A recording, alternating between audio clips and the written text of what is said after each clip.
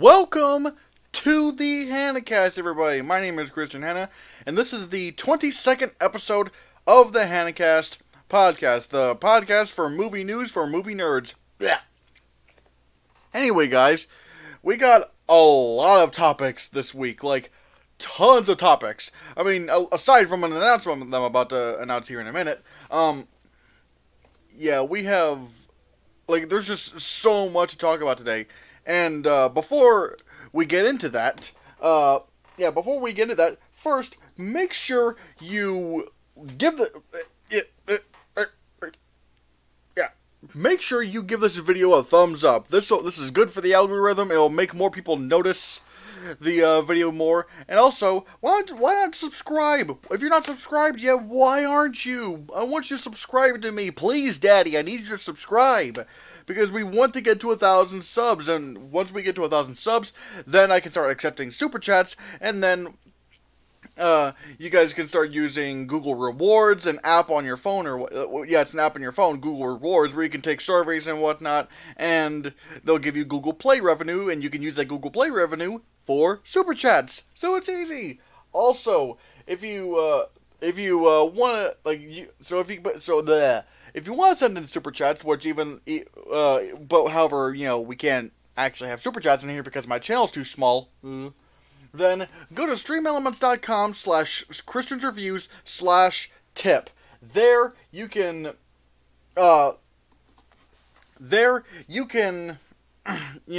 send me at least $2 or whatever, and your help, or any amount of money if you wish, as well as a message that'll be shown on the stream, which will be great. Why not do that? Why not, going on to streamelements.com/christiansreviews/tip. Also, check out the Patreon. We have a Patreon account, which is patreon.com/christiantylerhannah. There you can look through, you can go for $2 a month, which will get your name in the beginning of my videos, and $5 a month, which will get you the Hannahcast audio only edition. God, my yawning is stupid thick today. And also you get the Hannahcast after show, and we're going to be doing a bunch of other things, especially once quarantine's over. So yeah, check that out. Also, if you want to hear more of my movie opinions, check out my Letterboxd, which is letterboxd.com/christianhannah. There you get movie ratings, top 10 lists, and just, you get to see what movies I've watched and whatnot. So, yeah. Anyway, guys, we have an announcement to make.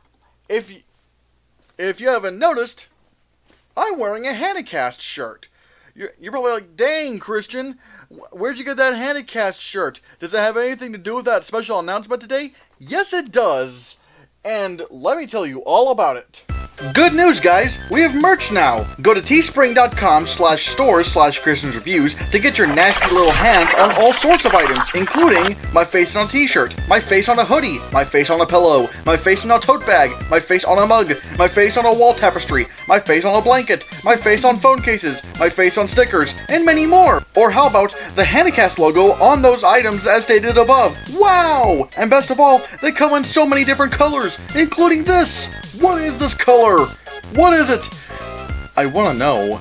But wait, there's more! Act now, you can also get my exclusive Make America Cringe Again merch. Surely not a parody of the political climate we have today. Wowee, guys, isn't that amazing? So yeah, check out the merch store. As I said before, it's teespring.com/stores/christiansreviews, and right there you can get so many Christians Reviews merchandise and Hannahcast merchandise. So yeah, we've already got a couple of sales and whatnot. So yeah, why not check that out? It's gonna be lots of fun. And again, I spent a while trying to figure out how to do all of this. So, yeah, guys, if you can check out teespring.com/stores/christiansreviews, that would be amazing. Getting the merch and stuff. Yeah. Anyway, guys, let's get into the topics we have today. What the? Is my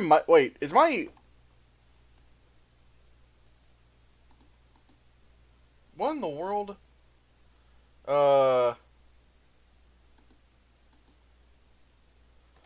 No, damn it, it just... For some reason, it went all weird. Now I have to manually fix everything again because because this thing is stupid. Yeah. Anyway, guys, hold on. Let me just fix this. I don't know why my video decided to freeze.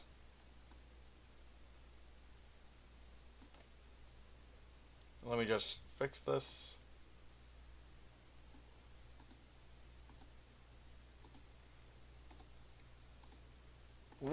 Alright. Now we're back, guys. Anyways, let's get into our first topic. And the first topic is, if you guys don't know, there was a movie called The Passion of the Christ, which pretty much was just a movie about the death of Jesus and whatnot. Some people love it, some people hate it. I'm very much kind of like, I don't think it's the worst thing ever, I don't think it's the greatest thing ever. But, like, I always, like, from a production standpoint, it's incredible. Like, cinematography, makeup, and acting and whatnot, music, that's all done really well. The problem is the story. The problem is that, like, for me, the problem with The Passion of the Christ was that, and, like, this is coming from a non-religious person, they focused too much on the way Jesus died, and less on the things he taught. And, like, it just kind of felt like like what should have been the climax to, like, an epic tale of Jesus, and it's just the entire movie. And apparently, like I said, there's been talks going around for a sequel to The Passion of the Christ. Initially, I was like, why? There's nothing left to tell. Like, you just kind of already showed the story of Jesus and whatnot. Or at least his death. But then someone I know mentioned this to me. What if this is a prequel? What if you get that, that stuff about the things that Jesus taught? I'm like, if you actually give a face to the man who died, in the first film, that would, that would be actually pretty cool. So if they go the prequel route where they show what he taught and whatnot, I'm all for that. But if this takes place after the Passion of the Christ, then I don't know where this would go, because, like, there's nothing left to tell after that. So anyway, I don't know. Have you guys seen The Passion of the Christ? What do you think of it? And what do you think of the possibility of a sequel being done?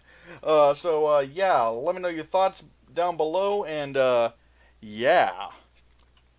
Anyway, guys, our next topic is regarding, well, probably one of the biggest box office successes of this year, and it's not saying much considering we have, considering the lockdowns and whatnot, but, apparently Paramount has just now greenlit and are in development of a sequel to Sonic the Hedgehog, a movie that turned out to be way better than we were expecting it to be, and also made a lot more money than we thought it would. Because, like, I thought this would not do well. I did not think this was going to be a very successful movie. But, however, this did end up breaking even. It made around 3 times its production budget, which was easy because the budget, if I'm not mistaken, was only $90 million. So they made some good coin on that. I didn't even really review this movie yet. But yeah, I thought it was pretty decent. I thought it was pretty good. Again, it's a lot better than I thought it was going to be. And Jim Carrey, oh my god, he is back. I'm so glad that Jim Carrey's back in the forefront. Because, like, his career kind of died around the 2010s. His career kind of died around then. And I feel like he has so much untapped potential that I don't think many studios really realize how good of an actor he can be. And yeah, this is still the typical, clown Jim Carrey stuff, but I hope this allows him to, this has studios, like, branch out and, pick him for more movies. And try different things with him. I hope we get to see that, because I think Jim Carrey is a great actor. I think, again, he was really great as Robotnik. Definitely wasn't, how do I explain it? I wasn't expecting how much he would, audibly make me laugh in the movie. I thought I was just probably going, But no, he had me, like the end. I'm not gonna give it away, but his last scene in the movie was so funny. I actually I was like trying to like hold myself because it was so funny. God. Yeah, I am glad they're doing a Sonic the Hedgehog 2. I'm not the biggest fan of, the Sonic franchise. But I thought this was a pretty good movie, and I thought Jim Carrey is great in it, and any excuse to have more Jim Carrey and more movies is fine with me. So yeah, what do you think of Paramount greenlighting a sequel to Sonic the Hedgehog? What did you think of Sonic the Hedgehog? What? Yeah, give me all that good stuff, and yeah, let me know your thoughts. Anyway, our next topic is going to be regarding something that I didn't think they were going to be doing. Well, but then, yeah. Remember the Dark Universe? Remember when they tried to do the Dark Universe, Universal? They tried to do the Dark Universe where it was going to be like a cinematic universe of all their classic monster movies and whatnot. And the first one that they were starting with was The Mummy with Tom Cruise. I haven't seen it, so I can't say. It was panned. But, it was... All I know is that it was panned by everybody. Everyone hated it. And in terms of trying to set up a cinematic universe, the marketing, really went too far. Because it's what, your first movie hasn't even come out and you're already, showcasing the cinematic universe? So, yeah, that's kind of strange. But, however, yeah, and ever since The Mummy flopped, well, shit, what do we do now? And so, then they came out with The Invisible Man this year, which is not connected to the Dark Universe, but instead was a smaller budget horror movie that was still based on one of the Universal monsters and whatnot, but again, taking in a smaller direction. And lo and behold, The Invisible Man became one of the most profitable and most well-acclaimed films of the year. I still need to see The Invisible Man. I've heard nothing but incredible things about it. Well, apparently Universal is going to be doing some more things with their monsters. Like, for example, they're moving forward with a reboot of The Wolfman, and this time it's going to star Ryan Gosling. Now, funny enough, they actually did sort of either remake or reboot The Wolfman, literally 10 years ago, with The Wolfman starring Benicio del Toro. And, funny enough, the movie, from what I remember, the movie didn't really do that well with critics and whatnot, but it did win an Oscar for makeup and hairstyling, and which I thought was very well deserved, because that movie has some really great makeup. And also, it's Rick Baker's final Oscar that he won before going into retirement. Now, if you don't know who Rick Baker is the greatest makeup artist of all time when it comes to movies. He did the makeup for Star Wars A New Hope. He did the makeup for American Werewolf in London, which was actually his first Oscar, which is kind of funny. His first Oscar and his last Oscar were both wolf movies. That's kind of funny. He also did Harry and the Hendersons, which he won an Oscar for. He also did Coming to America, the Eddie Murphy comedy, which he was nominated for an Oscar for. He also did The Nutty Professor, which he won an Oscar for. He did Ed Wood, which he won an Oscar for. He did what was it, Men in Black, which he won an Oscar for.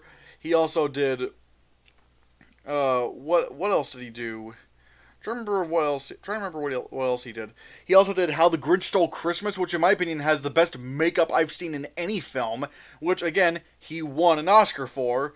He also did Norbit, which he was nominated for an Oscar for. His makeup is fantastic. Oh yeah, and he also did Tim Burton's Planet of the Apes, which in my opinion is one of the few saving graces of Planet of the Apes, if you want to ask me.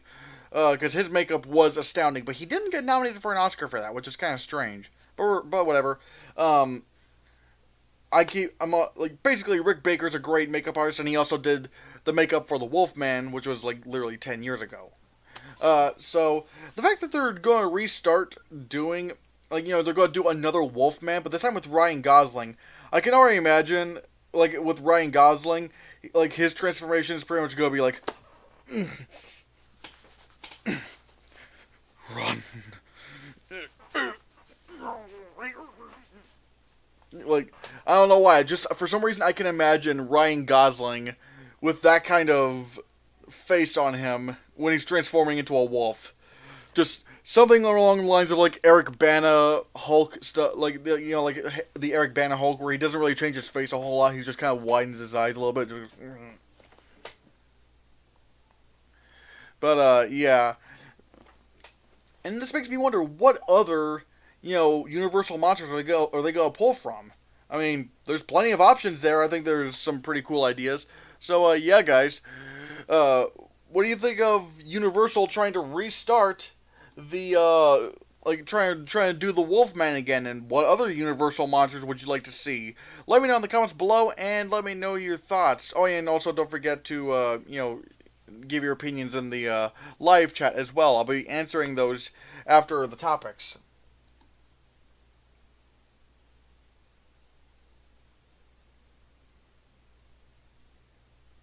Let's see. Oh yeah, one one of the big movies of the '80s, or at least one of the cult classics of the '80s, is Labyrinth. Everyone knows Labyrinth. Labyrinth is from the creative minds of Jim Henson, David Bowie, and George Lucas, and they made something that was crazy and imaginative and whatnot. And that movie is Labyrinth, and Labyrinth's pretty enjoyable. It's really enjoyable. Sadly, of course, David Bowie isn't with us, as well as Jim Henson. But apparently, Scott Derickson, the director of Doctor Strange, is going to be moving forward with he's been tapped to direct a sequel to Labyrinth. A sequel. That's strange, honestly. Because I think there is some things you can do with, the Labyrinth property, but a sequel? Without David Bowie? Again, we don't know what this story's gonna be like. For all we know, maybe Jareth the Goblin King is not gonna be in this movie. Maybe he won't. Maybe he is, I don't know.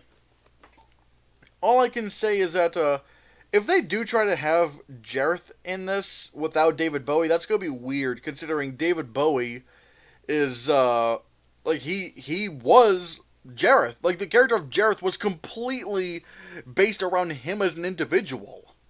So, I don't know. Now, however, if they don't go the David Bowie route, maybe they, go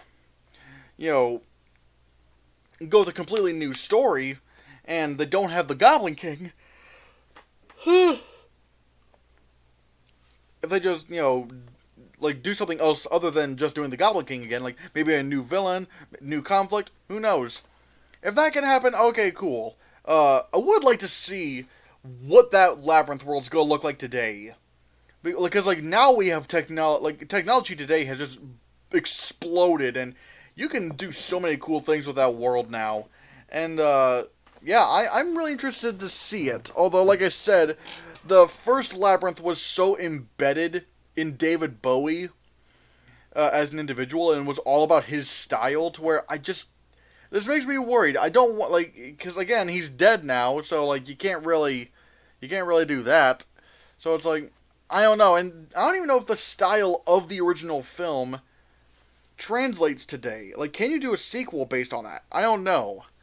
So, yeah, guys, let me know, what are your thoughts on a potential Labyrinth sequel, and what do you think of the choice of Scott Derickson, the director of Doctor Strange, directing it?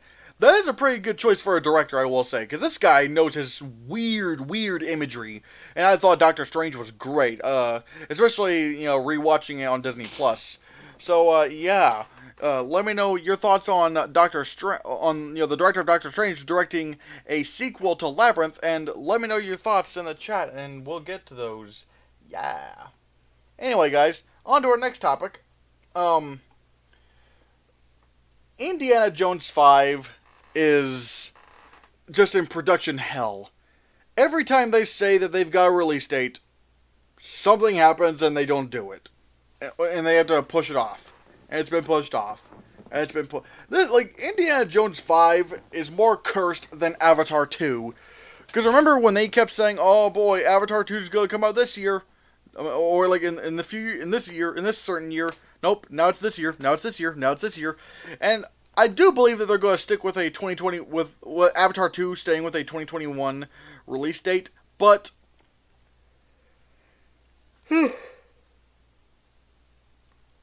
But yeah, Indiana Jones 5 is just cursed at this point. Well, apparently now they've officially gotten a new director. It's not going to be Steven Spielberg anymore. It's going to be, oh wait, no, that's not it. Oh no, oh no. Hold on a second, guys. This is... Oh my god, that's embarrassing. I hate that. I hate that so much. Hate that.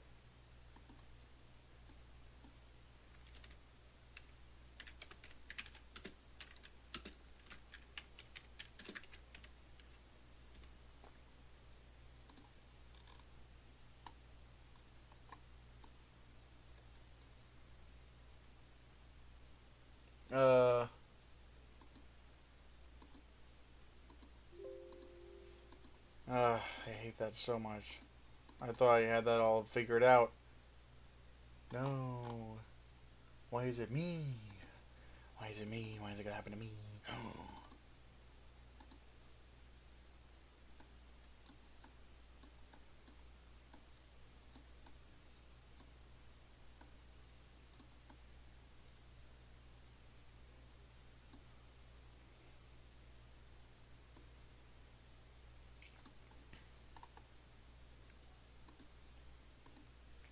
Okay, anyways.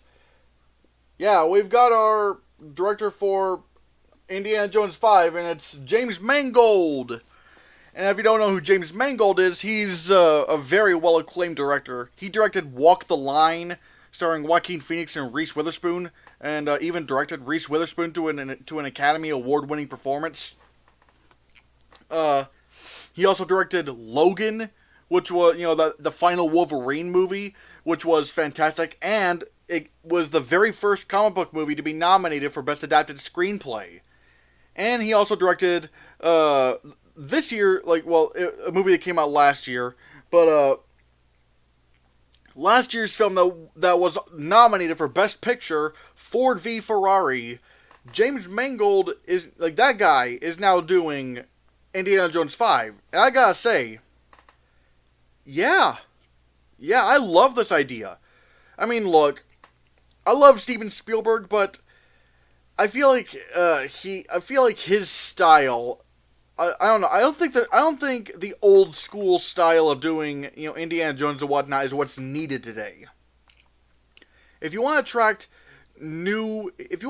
attract new new audiences and whatnot, to see Indiana Jones 5, you might want to have someone who can take the Indiana Jones franchise and honor the past, but also do something very different with its style.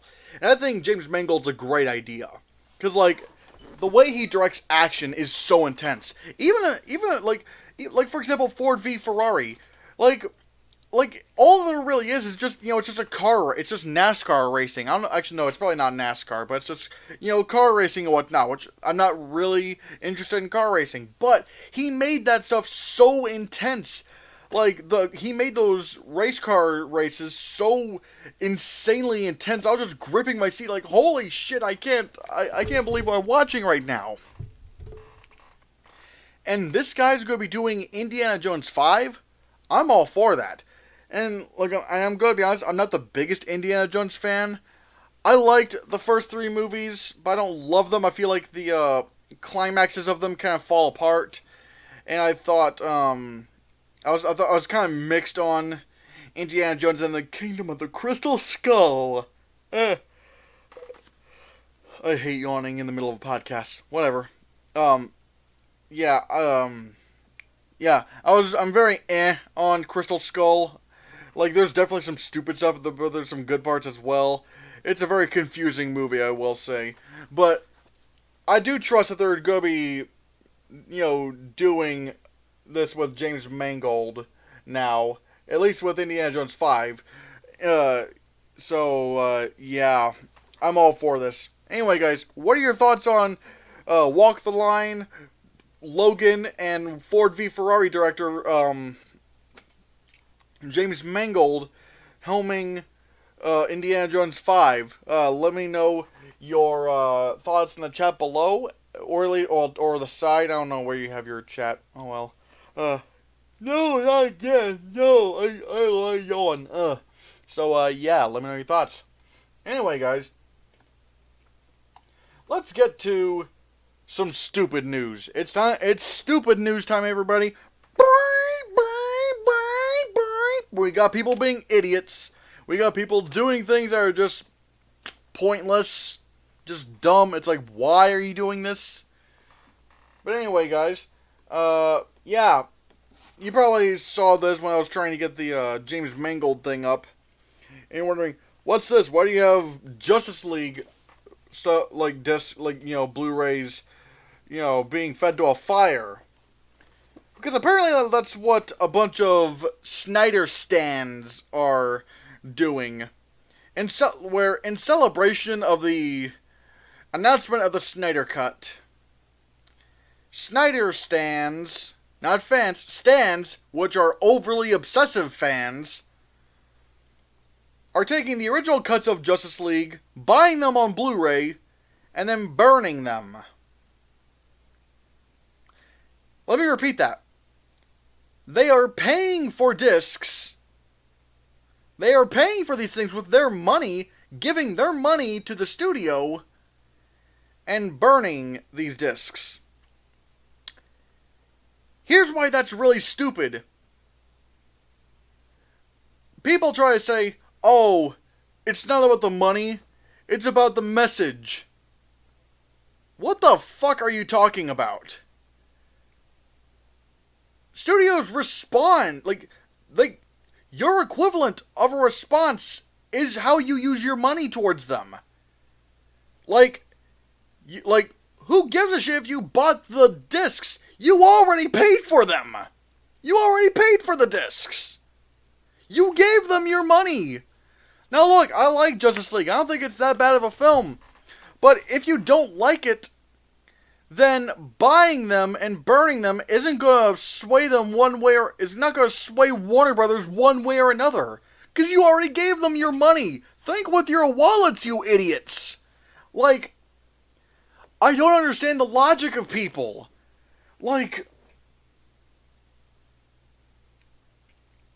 Again, those dumb people are saying, oh, again, it's not about the money, it's about the message.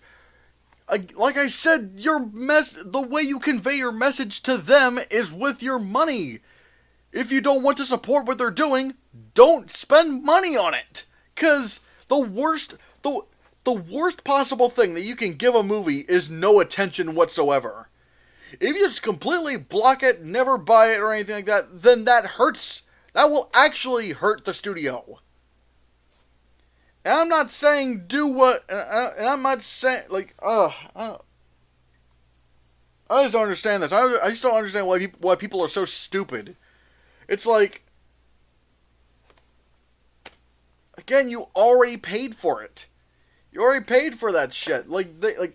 I just don't understand this logic. I just don't. These people are idiots. They have no idea how to convey a message. They don't have any idea how to, stand against something.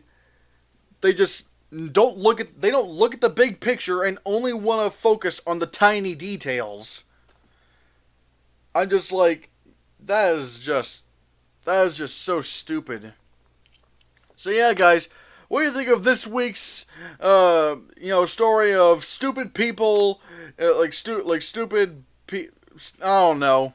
But yeah, I just had to talk about this because it's just you can't be serious. You guys really think that's a good idea to like trying to protest against the Justice League movie or whatnot by buying the discs and burning them, giving the studio your money, therefore signaling that you want more.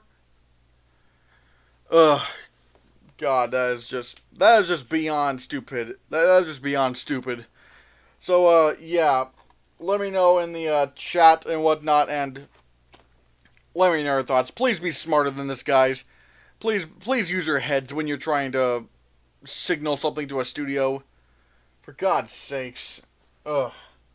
Anyway, guys, our next topic is also regarding DC, but it's a much better but it's a much more positive topic than this. Um, for the longest time, for quite a while, it seemed like, well, first we knew that Ben Affleck was not coming back as Batman, even though I think he's the best Batman we've had. It's kind of clear that he's not coming back. And for a while, it also seemed like Henry Cavill, who in my opinion is the best Superman and we've had in movies, is not was not going to be Superman anymore. I mean, Henry Cavill wants to be Superman. He loves playing Superman, but it seems like Warner Brothers was kind of done with him as Superman. Well, that's changing apparently, because uh, rumor has it that not only is Henry Cavill coming back as Superman, but J.J. Abrams might be producing or either, I don't know, directing or producing, I don't know, but being involved in some sort of Superman project in the future. Whether it's an actual Superman movie or, Superman makes an appearance in another DC movie, I don't know. Ah, damn it. Are you serious? Again?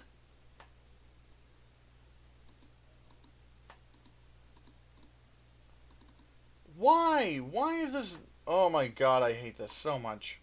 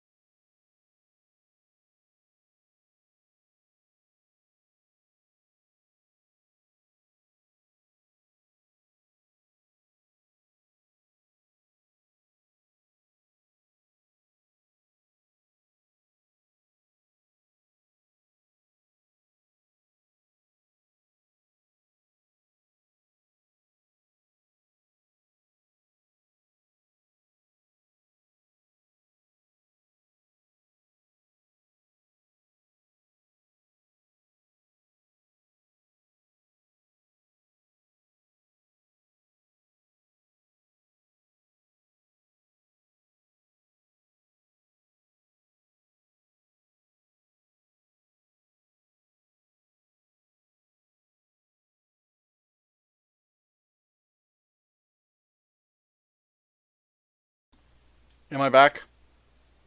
Am I clear? Did this thing finally start deciding to work? I sure hope so. I'm sorry about that, guys. I absolutely hate that with a passion so much. Because these tech companies, like, they caused me to fail my audience. These tech, Streamlabs OBS. What the hell are you, what the hell are you doing, Streamlabs OBS? Boo! Boo! Streamlabs OBS, boo! You're causing me to fail my audience. I don't like to fail my audience. Stop doing this. I'm sorry about that. Just, seriously. That makes me look bad. That makes me look bad. I don't like to be, and I don't want to make myself look bad. Or, cause you to make me look bad. That's not gonna happen. Anyways, where was I? Oh, yeah, J.J. Abrams.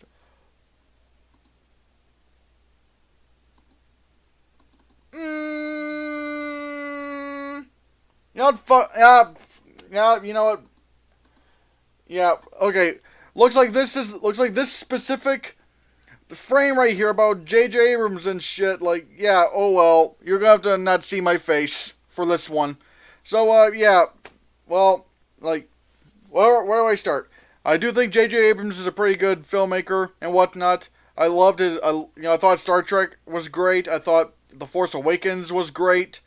I didn't like Rise of Skywalker, but I think that's more of a failure on Disney, on Disney interfering with the plans rather than J.J. Abrams himself. That is so much clearer. I just want to get this thing off. So, yeah, guys, tell me, what do you think of,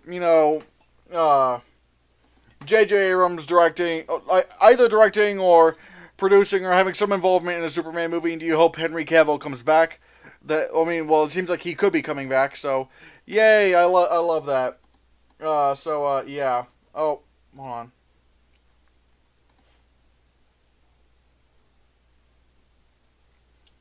Yeah, guys.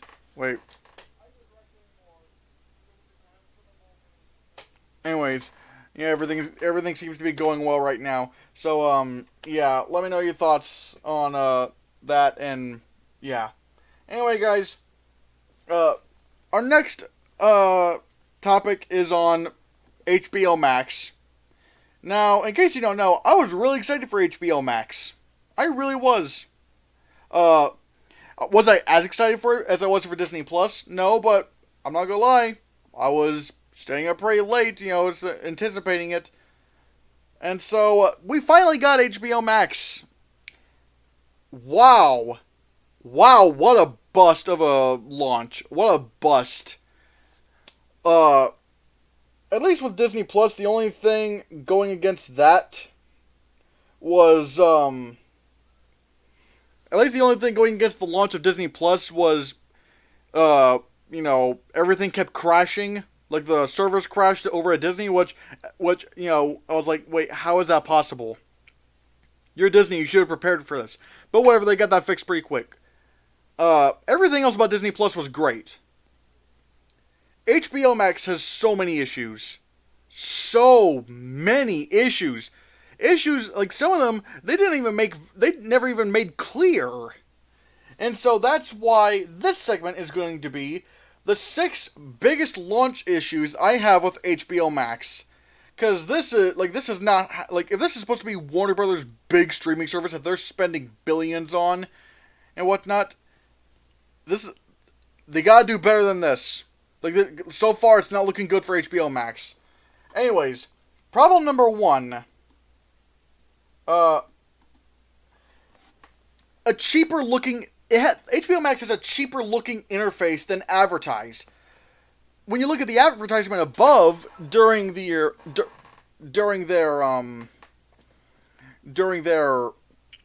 Investors Day, the Warner Media Investors Day, they showed what HBO Max was going to look like, and it was pretty cool. It was it looked a little bit similar to what Disney Plus was doing, where we looked through the content hubs, for example, when you would hover above one of them, it would have like cool little graphics and whatnot, like moving graphics and whatnot related to, what that hub was about. For example, with DC, it would have like a few little, graphics of like, from the DC movies, from the DC movies, and same thing with Looney Tunes and Cartoon Network and whatnot. It was looking pretty cool.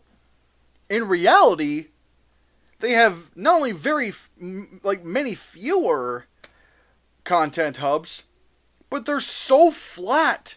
They're so flat, and like there's not like they just kind of just like I don't know how to explain it, but it's just like, again, if you have HBO Max, like it's very like, for example, when you hover your mouse over a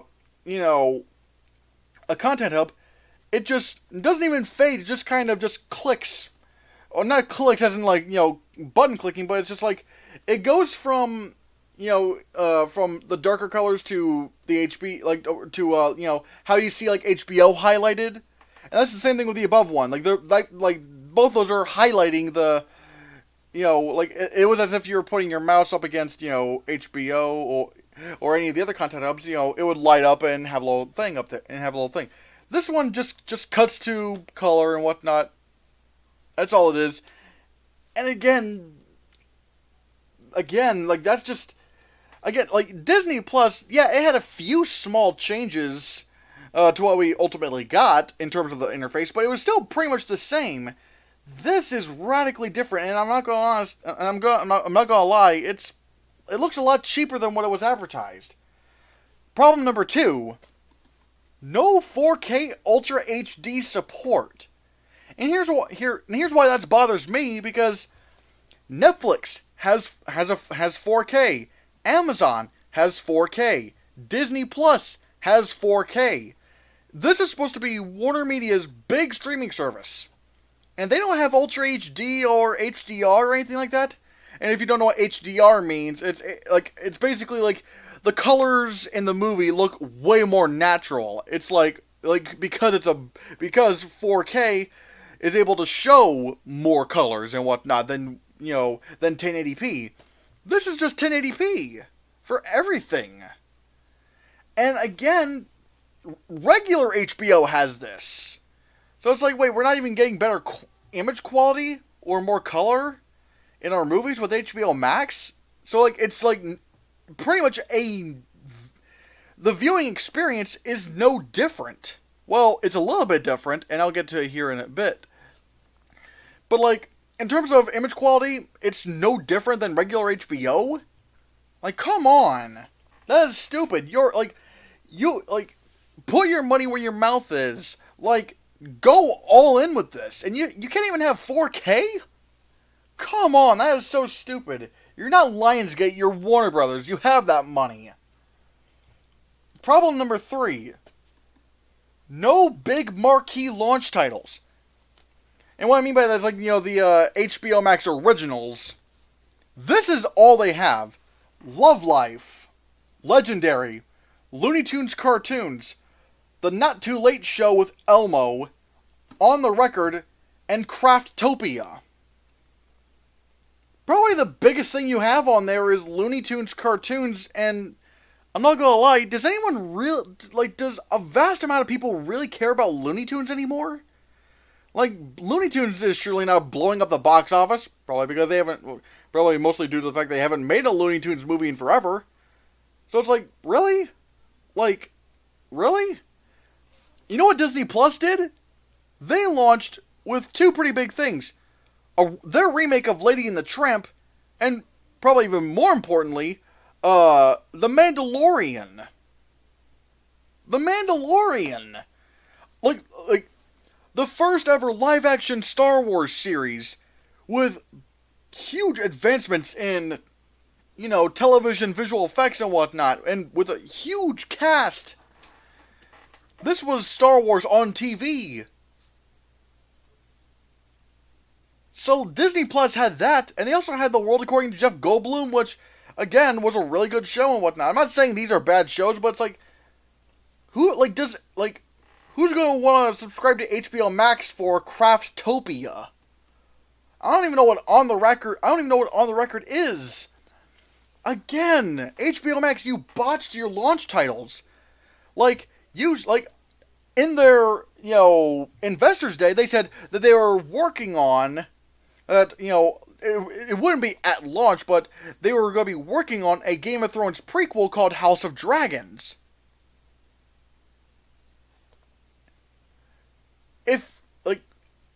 Here's an idea. Push off the release of HBO Max so that you can have House of Dragons as a big marquee launch title. Because then people have because keep in mind, what's it called? Like, Game of Thrones, I mean, I never watched it, but Game of Thrones is the most popular television series of all time.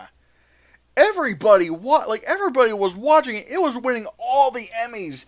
It blew up the ratings.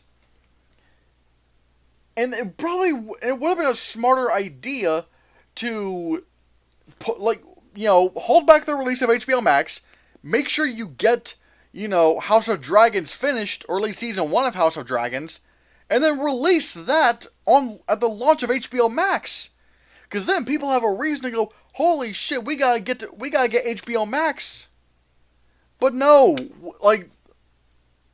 this is all we have in terms of HBO Max originals, and none of them grab the attention of anybody, or at least the vast majority of people. So, yeah. Problem number 4, big gaps in library content. Here are just some of the programs they are missing from HBO Max that really would have been a smart idea to put them on there. Superman, Superman 2, Superman 3, Superman 4, The Quest for Peace. Basically all the old Superman movies. Superman Returns. Man of Steel.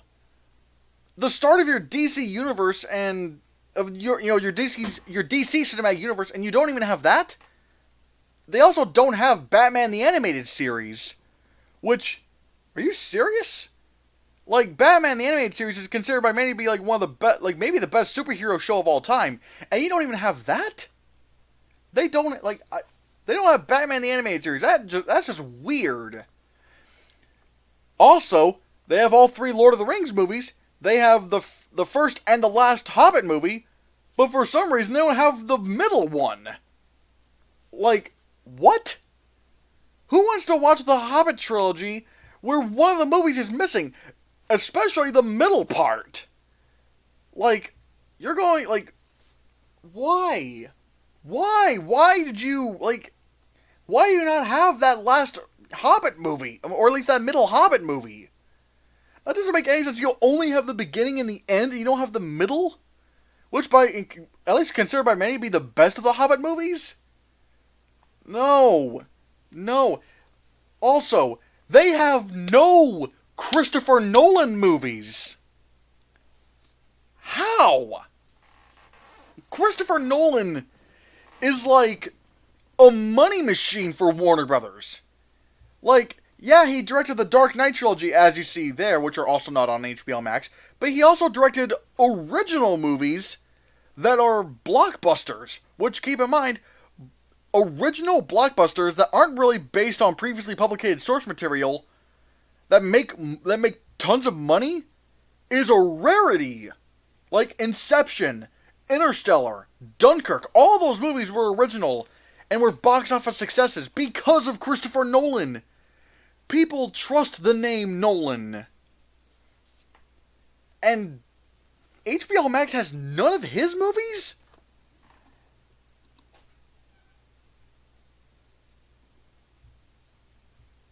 They have none of... I don't understand that. How do you not have any of Christopher Nolan's movies? I mean, I'm pretty sure they will eventually, but that's just, weird. That's just really weird. Especially if one of your content hubs is DC, and you don't even have the 3 best DC movies ever made, in my opinion, which is Batman Begins, The Dark Knight, and The Dark Knight Rises. How do you not have those 3? Again, no. Also, problem number 5. False advertising. They said they would have, this would be all of HBO and more it's not all of HBO because they have limited seasons of certain HBO series. For example, one thing I was excited for when it came to HBO Max is I can't wait to binge watch Last Week Tonight with John Oliver. That's my go-to HBO show. And yet they only have the past season of Last Week Tonight. I'm like, are you serious? You can't even, and there can't be any rights issues because it's an HBO show. I'm like, you don't even have, the entirety of Last Week Tonight? I can't fathom that. And again, I don't know what other HBO shows have limited seasons on HBO Max, but again, why this? Why are you, again, that's false advertising. They said all of HBO and more. And this is not, and having limited seasons of Last Week Tonight with John Oliver is not all of HBO. That's false advertising. You lied. You lied, Warner Media. You lied, HBO Max. This is not all of HBO. This just proves it. And now, the sixth and probably biggest issue with HBO Max. The one that confounds me the most. Remember when I said that there was one difference between HBO Max and HBO Now? Which is the HBO Now is the streaming version of HBO. HBO Max is supposed to be the bigger version, but, whatever. At least with HBO Now, I can watch that on my TV. At least I can watch that with my Roku soundbar, which is a great streaming platform. Apparently HBO Max doesn't support Roku or Fire TV devices. What kind of idiocy is that? What kind of stupid shit is that? Who wants to watch fucking Game of Thrones or DC movies or any of that on a stupid phone or your computer screen? And what's dumber is that Roku and Fire TV are the biggest streaming providers, or at least streaming platforms for TVs and whatnot. And yet they have not made a deal with Roku or Fire TV? Which is, again, it's weird because if you remember when Disney had their Investors Day, and were sharing to investors what they were going to do with Disney Plus, they already set in stone what devices would be supported, and one of them was Roku. One of them was Roku. And it was around half a year before the launch of Disney Plus. So half a year before the launch, they already had a deal with Roku and Fire done and done. What was it, Fire? I don't know, but at least Roku. They had a deal with Roku like that. It was all finished months ahead of the launch. HBO Max? Nah, we're gonna wait. Who cares? Are you guys idiots? Why would you not make deals with Roku or Fire TV? You're kind of missing out on a big audience. Nobody wants to watch their movies or shows on fucking phones or computer screens. They want to relax on their couch, just on the TV or the bedroom, or whatever. I don't know, but just they want to watch their stuff on TV screens, and you can't even pull that off. I don't know what is going on with HBO Max, but those are my 6 issues. For the love of God, HBO Max, if this is gonna be I just don't understand this. You had announced for 2 years or so, either I don't know, it's somewhere around 2 years or whatever, that you're going to be doing your own streaming service, like a Warner Media streaming service. That's what I have everything from Warner Media, including things from HBO, Looney Tunes, DC, HBO Max Originals, Studio Ghibli, Cartoon Network, TNT, CNN, Sesame Workshop, TBS, Adult Swim, Crunchyroll, and what was that? What was one of them? Like, hold on, it might show up on the TV here. Oh yeah, and True TV and whatnot. Yeah, you said that you were gonna do a streaming service for all that stuff, and yet you have this many problems. You don't your interface, your user interface is cheaper than what you advertised it to look like. Like the original version looked way better. There's no 4K support, so the actual viewing experience is no different from any other, from HBO Now. The viewing experience isn't any different. You have no big marquee launch titles, unlike with Disney Plus, what they did with The Mandalorian. You have huge omissions in your library content that you really should have had.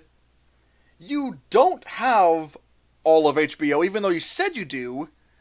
Just by going by last week tonight only being available from like the past season. You have made no deal with Roku or Amazon Fire Stick or Amazon Fire TV. That which are two of the biggest streaming platforms out there. For God's sakes, you gotta do better than this. You have to do better than this. Like, I don't know how you could botch something up this badly, but somehow you managed to do that. I am ashamed in you, Warner Media. I am ashamed in you. I expect better. I expect better from you. You made, you are, you're not quite Disney, but you're, up there with Disney as, one of the, reigning supreme, studios out there, entertainment companies. And you really botched this. For you to botch this badly on the, launch of your streaming service, that's shameful. And already the subscriber numbers, already the subscriber numbers are bad. What was it?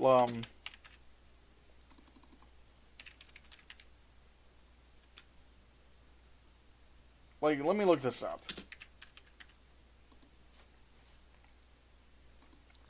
Let's see if it's showing on here. Okay, yeah, it doesn't have.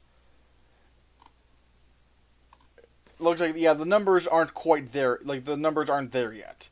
They're not showing the numbers. But you gotta do better, HBO. You gotta do better, HBO Max. You gotta do better, Warner Media, than this. Because this is not a good start, and you don't get a second chance to make a first impression.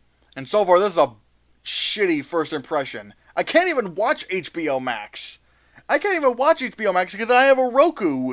I have a Roku soundbar that provides streaming services and whatnot.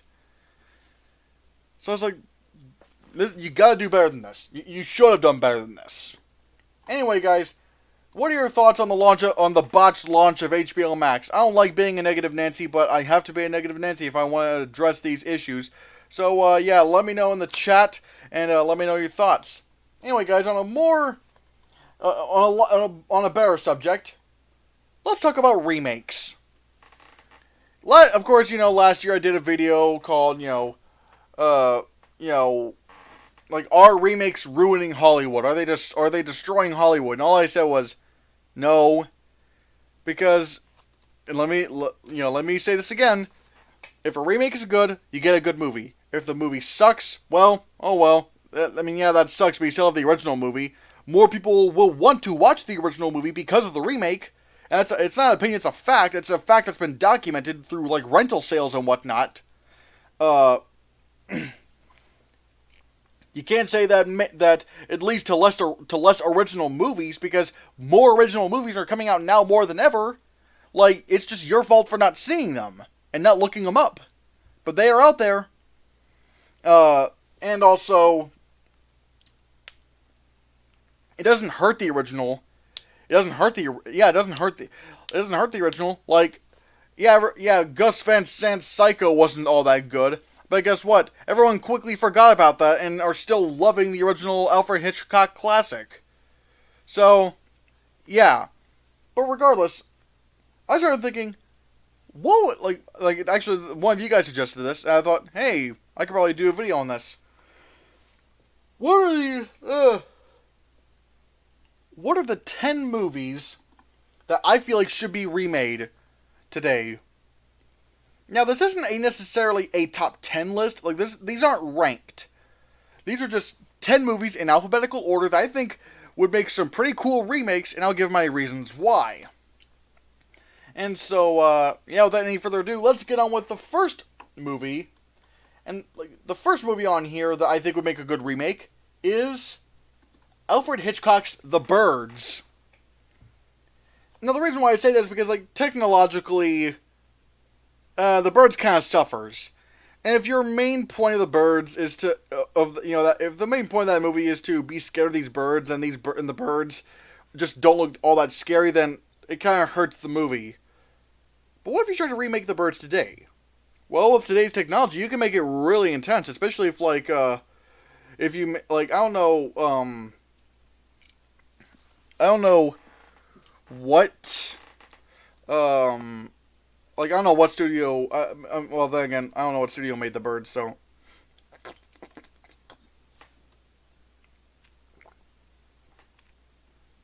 Wait, does it say Universal? If it says Universal, then, oh yeah, Blumhouse can do something really great with this. And, like, I don't know, it's hard to describe, but I just think, like, just visually, like, what you could do with The Birds would be really cool. And make it a lot more intense, especially with today's effects.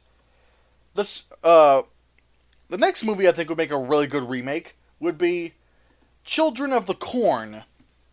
And the reason why I'm saying that is because the original was just not good. It was kind of stupid. It was kind of funny from how stupid it was. But the concept is a great idea. These kids being sort of, being manipulated to kill all the adults in their area, and now they just run this town. And it's like, shit. And since it's a very secluded town, no one knows about this happening. And this would be a really interesting... You could pull out some really interesting things that, the original just never really did. Like, for example, why not go into the psychology of why these kids are rebelling against the adults? Like, is there blame to be had on both sides? What do the adults do to cause this to happen? Like, what could they have done, to make sure this didn't happen? There's so many really cool choices you could do with Children of the Corn. And yeah, so that's why I think Children of the Corn will make a pretty cool remake. The next movie on here is The Deadly Mantis, which, if you don't know what The Deadly Mantis is, it's pretty much like this old B movie where there was like a, giant kaiju-sized praying mantis or whatnot, and it looks pretty dumb. But I started thinking, now I don't know if this would be a full-out remake of this movie, but the concept of a giant mantis does sound cool. But if it were me, I would do it in a very different way. Instead of, a praying mantis that's the size of a skyscraper and make it like a Godzilla kind of movie, why not make the mantis smaller, around the size of a horse? And instead of it being like a, giant kaiju Godzilla kind of film, why not make it a more intimate horror movie like Alien? What if this thing never roared? Like, for example, if it's just like feasting on this one human, like, and it just looks at you like, or like it's just scurrying towards you. That would be scary. That would be really scary because, again, the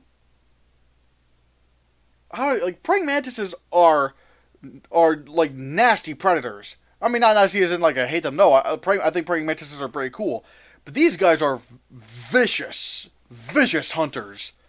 Like, I saw this one video that I think would be like a really cool inspiration for like some pretty cool inspiration for like an actual kill in the movie.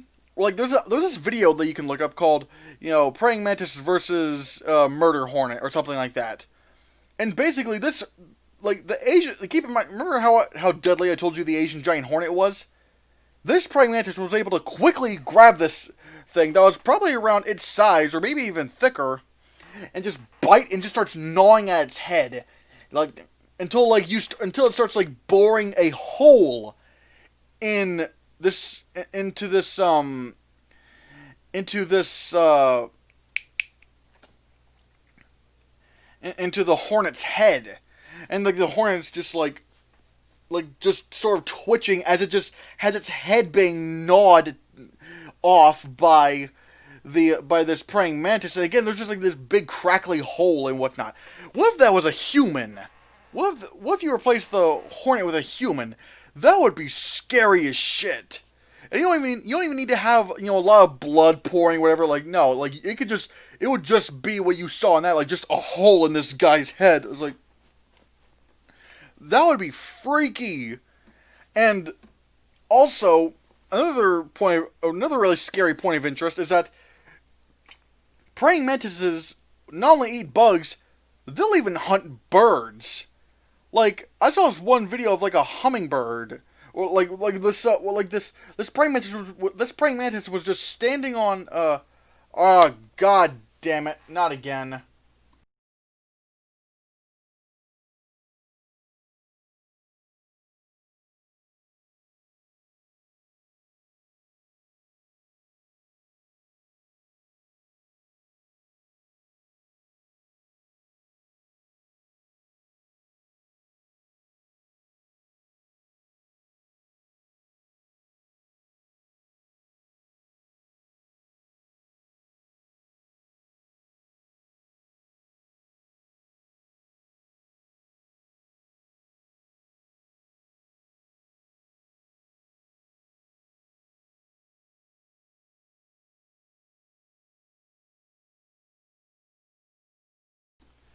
Sorry about that, I hate that, I really do.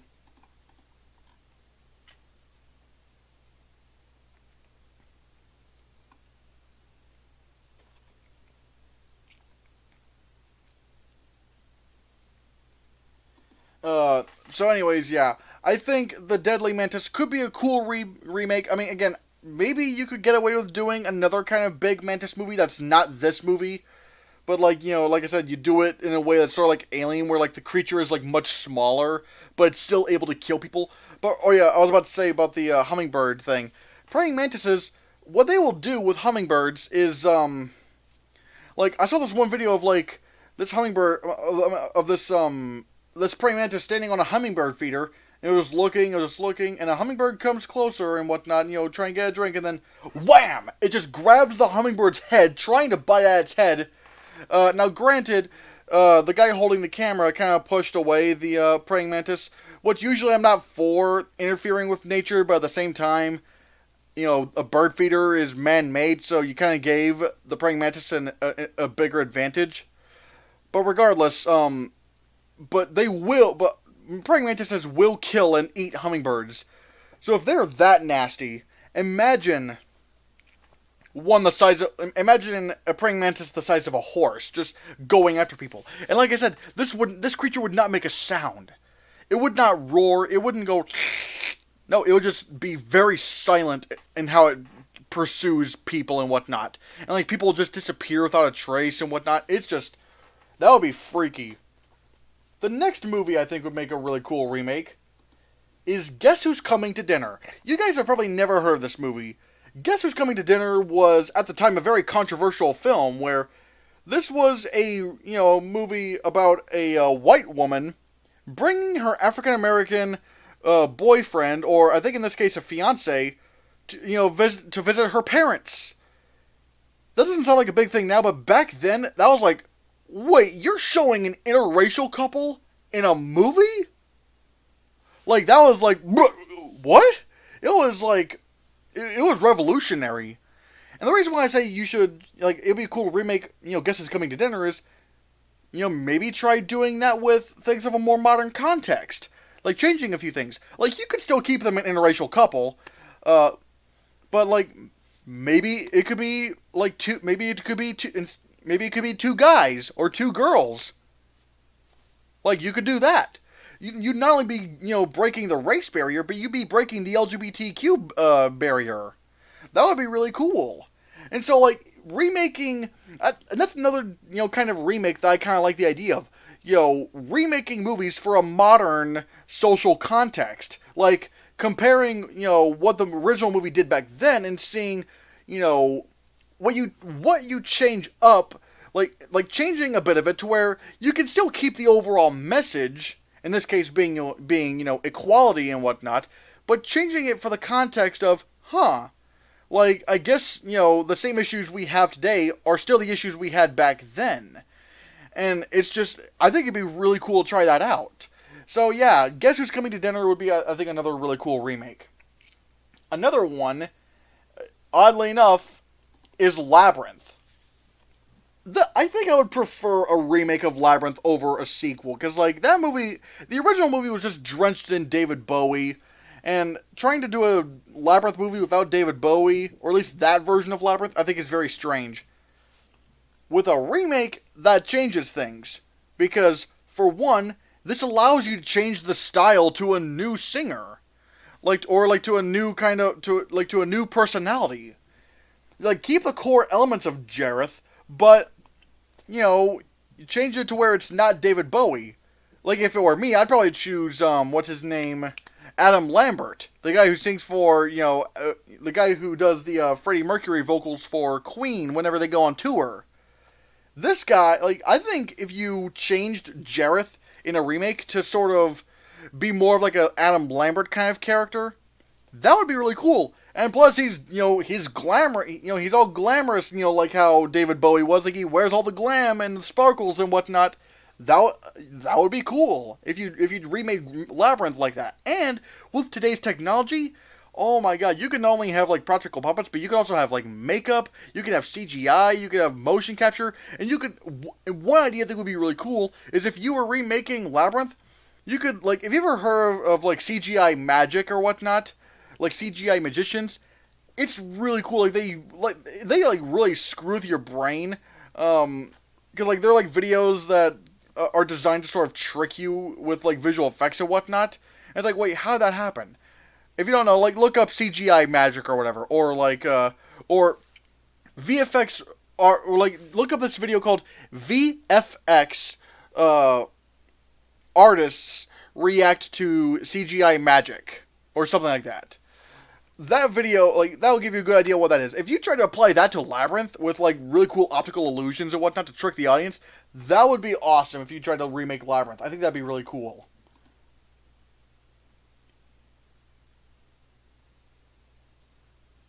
The next movie I think would make a really cool remake is The Last Unicorn. Now, if you don't know what this is, it's a movie that's, well, about the last unicorn. It's it's kind of hard to describe what the plot of this movie is, which I think is kind of one of the reasons why I would want to remake it. Is like, give it a little bit more of a, straightforward kind of story and whatnot. And of course, you could make the visuals look incredible. Give this movie some really cool drama to work with. Like again, it is really hard to try to describe what the last trying to describe the last unicorn. It's just one of those movies that's just kind of so odd that you just have to really look back and just go, huh. And it's like one of my main issues with The Last Unicorn was that, considering it was a 2D animated movie, everything, the designs of everything looked beautiful. if you look at like individual frames of the movie, it would look gorgeous. But the actual animation of these characters and whatnot was very stale, and that's kind of par for the course with Raken and Bass, the guys who did Rudolph the Red-Nosed Reindeer and whatnot, and the Return of the King, like the Lord of the Rings Return of the King animated movie. So yeah, but yeah, I do think if you remade The Last Unicorn, you could do some new things. You could do some new things with it, improve on some issues, and definitely making it gorgeous. The next movie I think would make a really cool remake is, oddly enough, the worst movie I've ever seen in my life, which is Manos: The Hands of Fate. This movie is so shitty on so many levels. Because for one, you know, well, I mean, yeah, from just a filmmaking standpoint, it's the most, it's like one of the worst things I've ever seen. It's just like, the camera's barely in focus and whatnot, and there's not even technically sound in the movie. Or, well, I mean, yeah, there is sound, but, like, it's weird. Because the way they did that, and this was not normal for even 1966. Like, what I'm about to say is like, oh, I guess it must have been because it's old. No, 1966 had this problem all figured out. Like, even long before 1966, they had audio figured out. But for some reason, they couldn't record audio on set to catch the dialogue and whatnot. So, they dubbed over all of the voices in that movie. 3 dudes did the dubbing for all the male characters, and one woman did the dubbing for every woman in the movie, including the child. It is astounding how stupid that is. But if you remade, if like A24 or Ari Aster, the director of Hereditary and Midsommar, got their hands on this, this would be really cool. This would be really free. Like there's some cool there would be some cool concepts in here. It's just they executed so badly. And so like I said, if A24 got their hands on Manos: The Hands of Fate and remade that would be a really they could do something really creepy with that. They really could. Let me just get a drink here.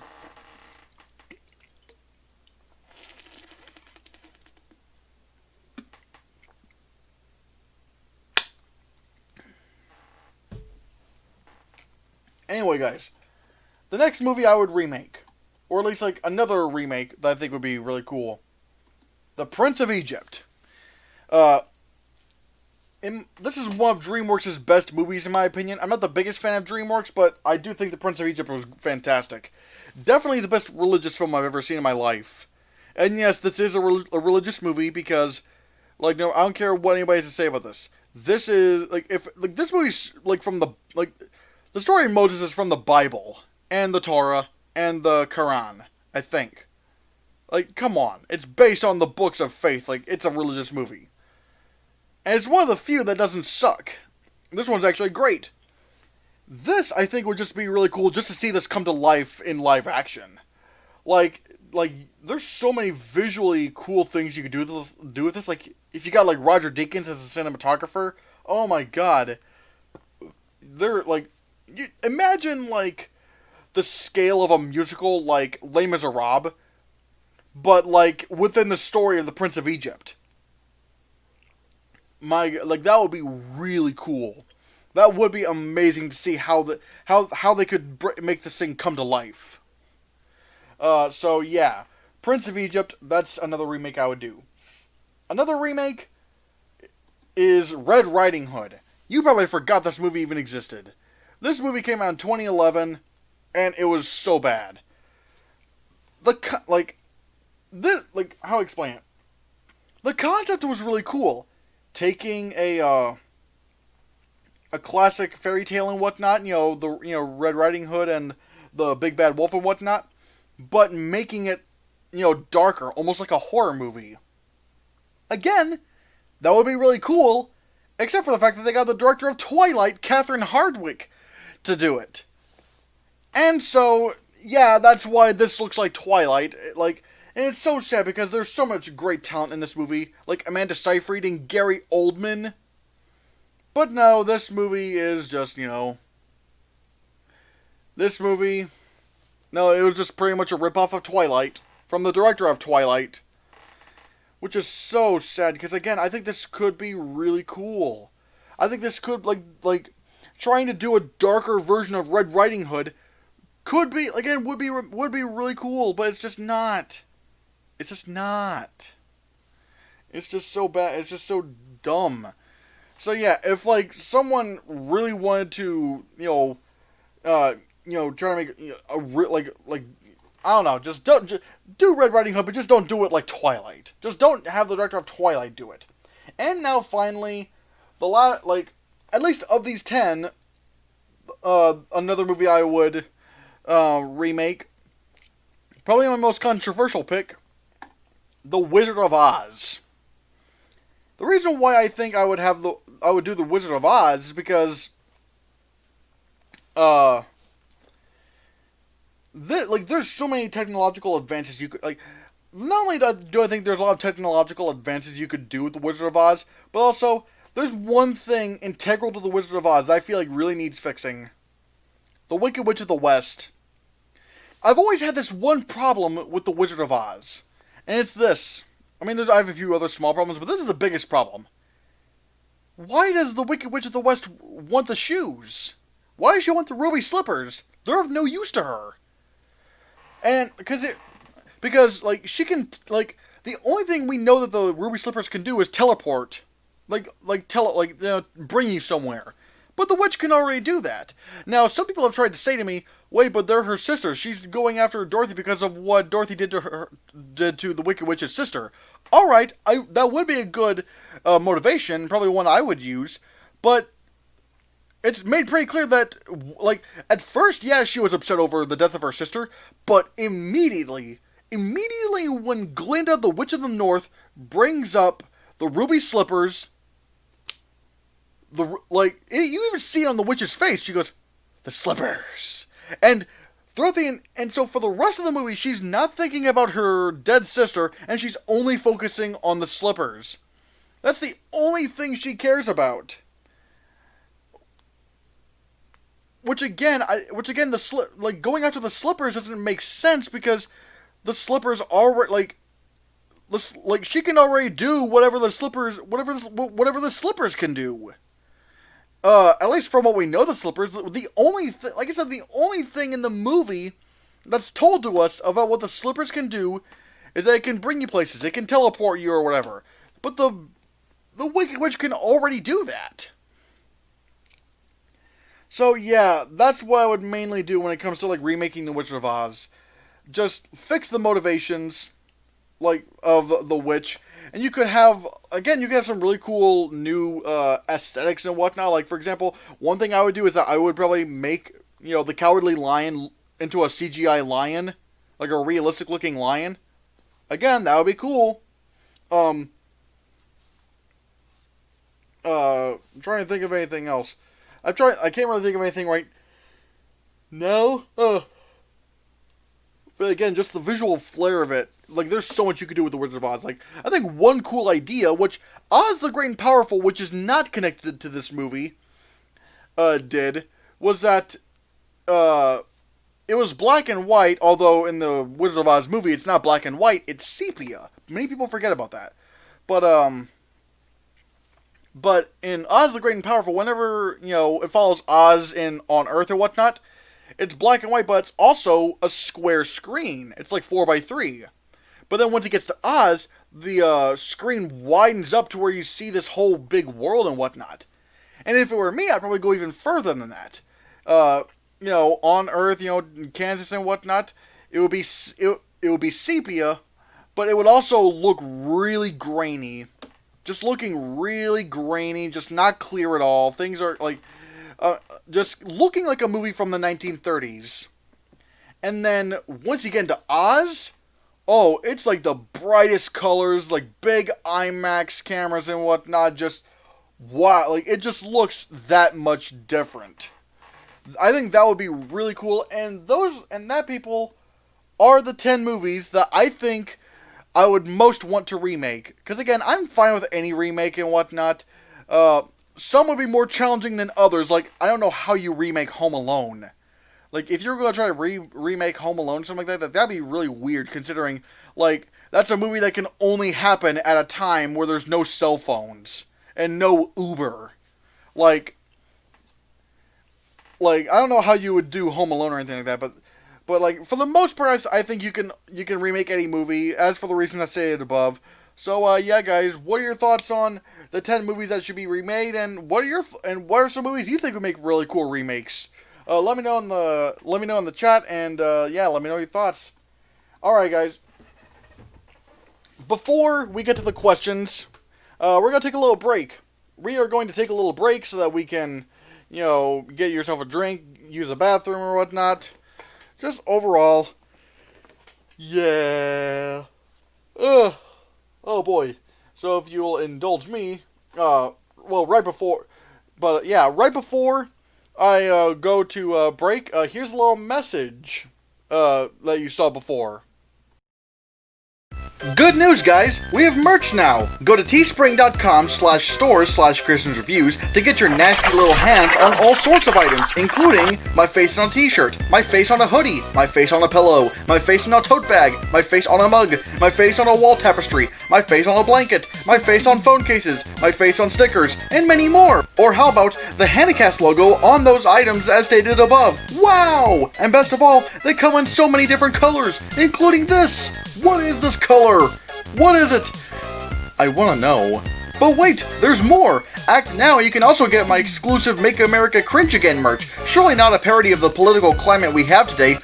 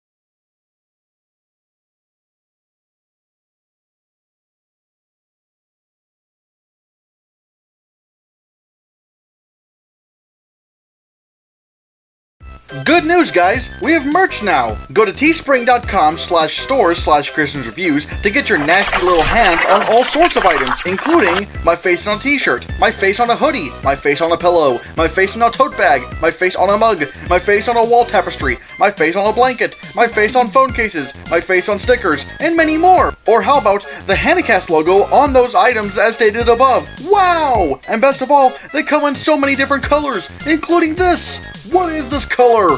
What is it? I want to know.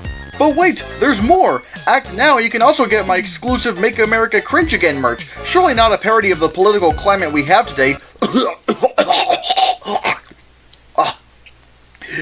Again, that's teespring.com/stores/ChristiansReviews. Order now!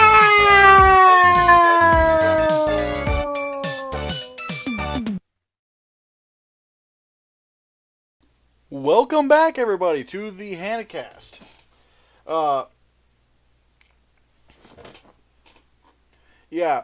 Welcome back to the Hannahcast, everybody. And again, I want to hear you guys' thoughts on the merch. Like I've been really working at this merch for quite a while. Actually, this has been in the works for like a couple weeks, or maybe even a month or so. But yeah, I'm so glad that I've been able to get myself one of these shirts, and in the future I might try to get some more merch, but also I need you guys to support the merch as well, because, you know, I do actually get some money from sales and whatnot, so that'll be great.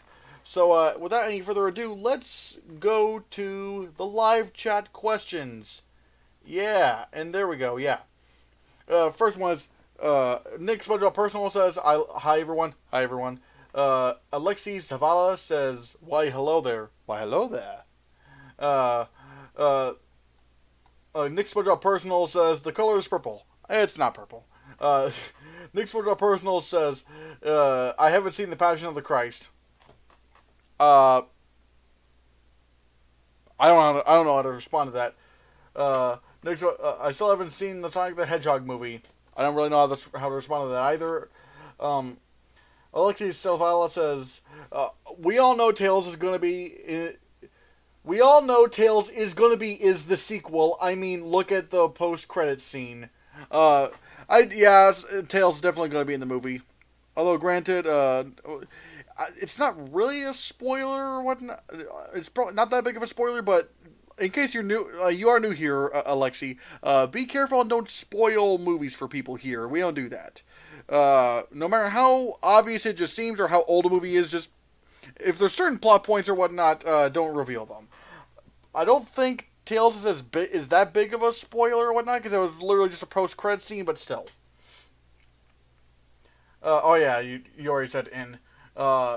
Nick Swordell Personal says, I still haven't seen any of the Indiana Jones movies. Well, geez, granted, like I said, I don't think everyone loves them. I think they're good, but I don't. Well, the first three, I thought the first three were good, but I don't love them as much as everyone else does. And again, I'm kind of on Kingdom and the Crystal Skull. I'm just let's see. Alexi Savala says, think before you buy. And Nick Swordell Personal says, I'm kind of confused about buying something, then burning it. And then Lexi Savala says, what's the point of buying something you don't like? Okay, I can understand if they just bought the movies just because. For example, I hate Walking with Dinosaurs, the movie. I bought it on Blu-ray. But granted, I'm not, condemning, studios from making more of those kind of Walking with Dinosaurs movies. I'm not, because, if people, granted, people didn't enjoy them, but at least the majority of them. But I'm not gonna, hope a movie doesn't get made. I'm not like these people. The people who were burning the discs. But I will say, what Nick Split Personal says. I'm kind of it is stupid about buying something and then burning it. Because, again, their message was supposed to be we hate this version of Justice League and we can't wait to see the Snyder Cut. Even though you already bought the discs.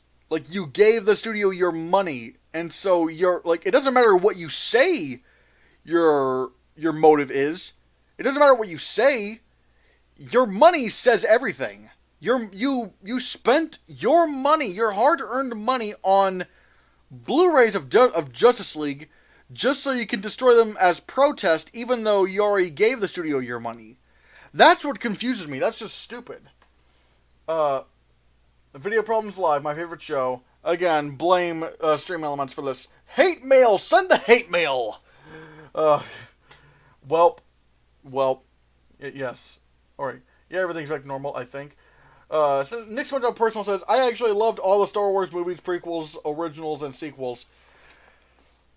Yeah, I don't. Well, here's the thing. Maybe one of these days I should probably do a Star Wars ranking video. Like a video where I rank all the Star Wars movies. Maybe I might do that. Hell, I don't know. Maybe next week. Maybe next week I can rank to you guys all the Star Wars movies. In my opinion, in my opinion is how I would rank all the Star Wars movies. I might do that. Yeah, I might try to do that next week. That's a good video inspiration. So yeah, next week you can probably expect me to rank all the Star Wars movies from worst to best, because I do think there are definitely some Star Wars movies I love. There's also some Star Wars movies that I just don't like. So, oof. Disney Plus also fixed The Simpsons. I'm going to start watching it this week. Oh yeah, if you guys don't know, Disney Plus actually fixed the aspect. Well, not really fixed, but they for the longest time, 20th Century Fox just when it came to The Simpsons, they took the old episodes and they cleaned them up, which is nice. I do like the idea of cleaning up the images and whatnot, but for some reason they made them 16 by 9, rectangle. You see this little rectangle I'm in? This little rectangle I'm in is 16 by 9. However, the original Simpsons episodes were probably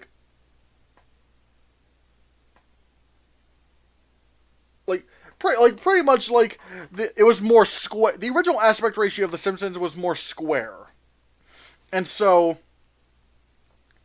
that means they had to crop the image in order to make it fit modern television screens. But that doesn't. Again, that's really stupid. And I think it's stupid because there's even a few instances where you missed some of the jokes because in the original aspect ratio you could see the whole image, but when you see it crops out what the joke was supposed to be the whole time. And so that's really dumb. And Disney Plus just now released, had to completely rework how Disney Plus, operates and how it looks and whatnot. And pretty much what they did was that they fixed the aspect ratio. From what I've heard, it's still the same crappy quality it was back then. If one of these days they can remaster it, I'm all for remastering. Taking old movies or old TV shows and cleaning them up, giving them better, making the audio more clear, making the visuals more clear. I like that. But just don't change the aspect ratio, because that's something you shouldn't touch. So, yeah, The Simpsons has been fixed, and so, yeah, if you want to check that out, it's on Disney+. The only HBO Max originals I would see are Looney Tunes and Craftopia. Again, I don't even know what Craftopia is.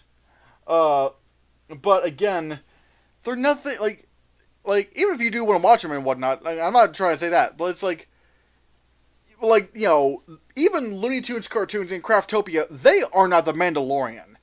Every week, everyone was talking about how great The Mandalorian was. It's holy shit, this is awesome. It's like Game of Thrones, but for Star Wars, and it's not, rated R or whatever. So, again, I feel like that's HBO Max's, that's one of the big problems with HBO Max, is that they launched with no big marquee titles. No big marquee originals.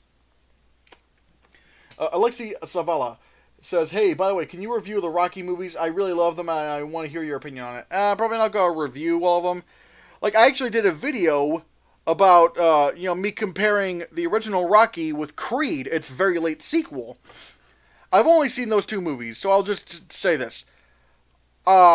I think Rocky is good. I don't think it's as good as everyone says it is.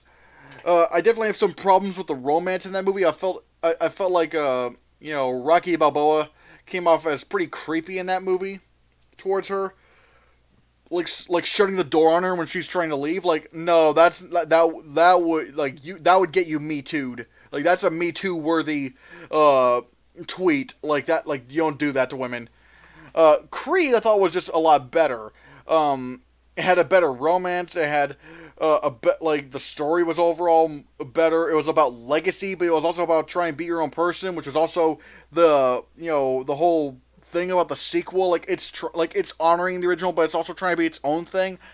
I just thought Creed was fantastic. I love Creed. Um, isn't there? Nick SpongeBob Personal says, isn't there a lot? Isn't there a Looney Tunes live action and animated HBO Max coming? Animated HBO Max original series. Yeah, it is. It's called Tuned Out, but it's not out yet. I'm interested in seeing that, like seeing like the Looney Tunes in the real world and whatnot. Again, I'm not the biggest Looney Tunes fan. I mean, I especially hate Space Jam. Probably the best thing, in my opinion, the best movie with Looney Tunes characters is probably Who Framed Roger Rabbit. And oddly enough, that's a Disney movie, which that is a movie you could never make today. Like, you could never make Who Framed Roger Rabbit today. Not because of it being offensive or anything, but just based on, like, how many different studios came together to do this movie. Again, you could not make Who Framed Roger Rabbit today. That is amazing what they were able to pull off. So, yeah. What are your thoughts on...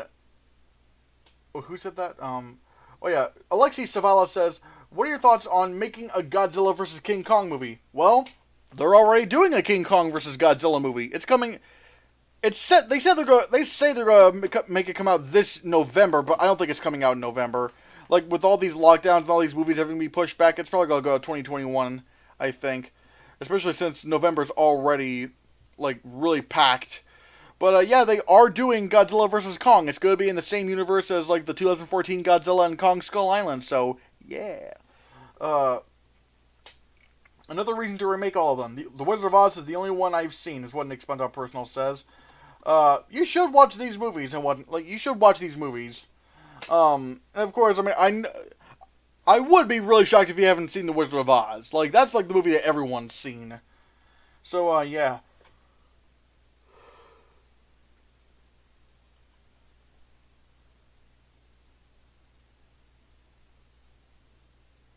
Oh, in Spider-Man 3, there was a deleted fight scene. Okay, this is a deleted scene, which means it's not actually in the movie. So okay.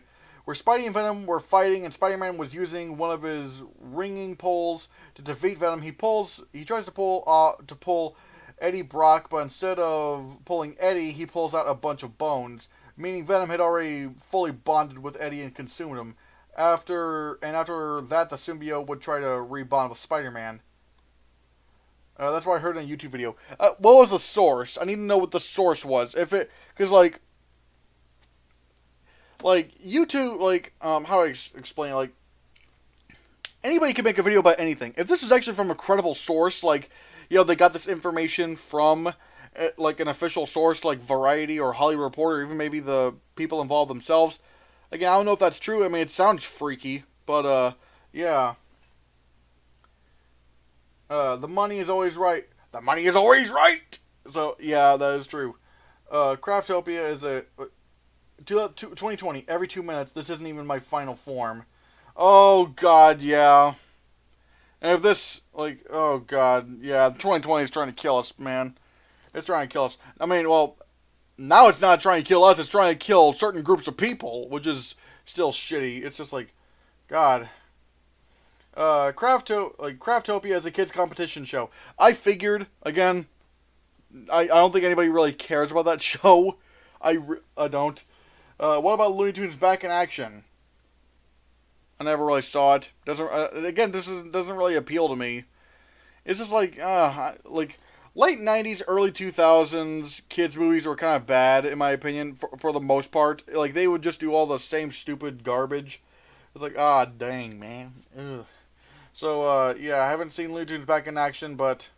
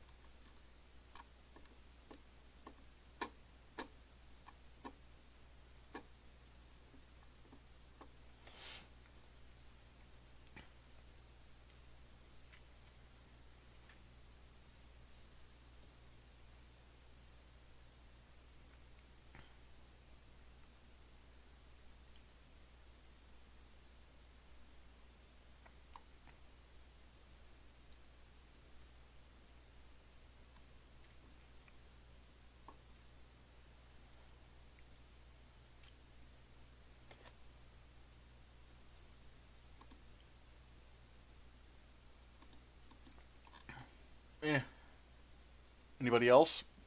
Got anything else?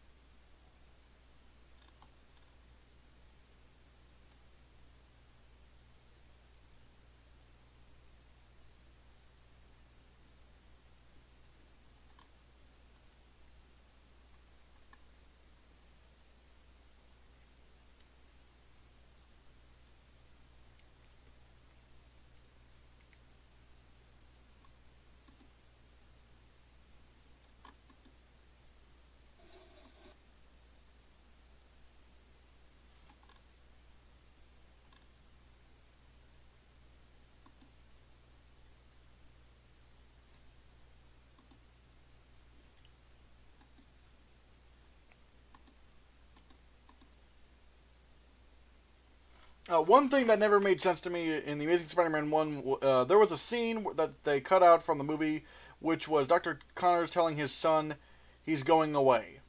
It was, well, I mean, I know why. I mean, for me it made sense. I mean, it wasn't really that important to the story. I mean, like, it's a nice deleted scene, but overall it doesn't really change much about the movie itself. It doesn't really, again, it's a nice deleted scene, but again, if you put that in, the movie would not really be much different.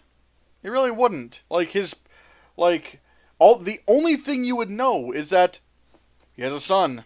But it doesn't really change his motivation. His motivation was to gift people to the world, or at least in his mind, he was gifting the people of the world this kind of lizard DNA or whatnot, so that they never have to deal with amputations or human ailments ever again, because he wants to make sure the world doesn't have to suffer that anymore.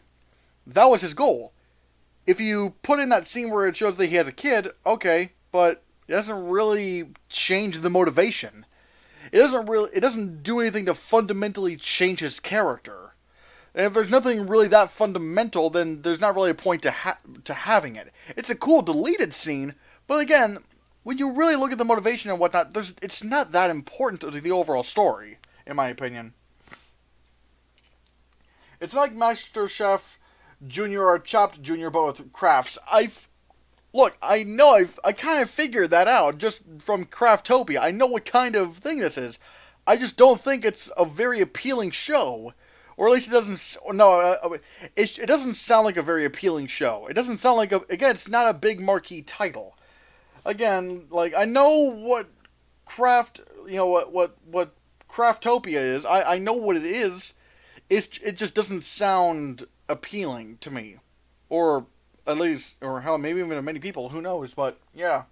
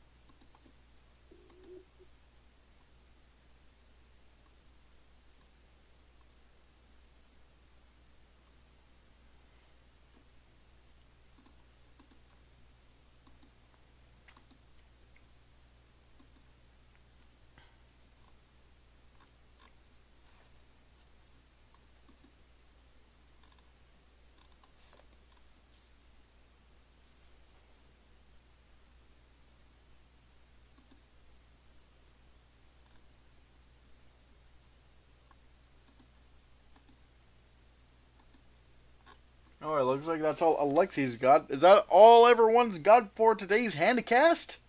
Is that all for today?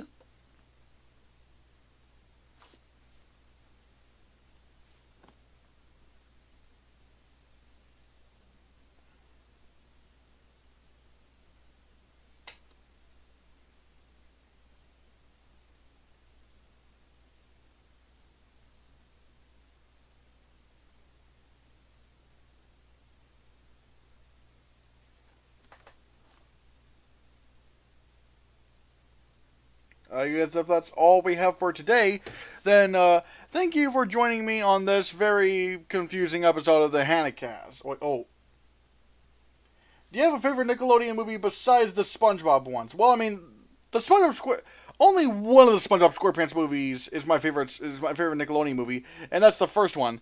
I like Sponge Out of Water. I thought it was okay, but I don't. It's not one of my favorite Nickelodeon movies. Yeah, I think probably my next favorite Nickelodeon movie would probably be at least out of the ones I've seen.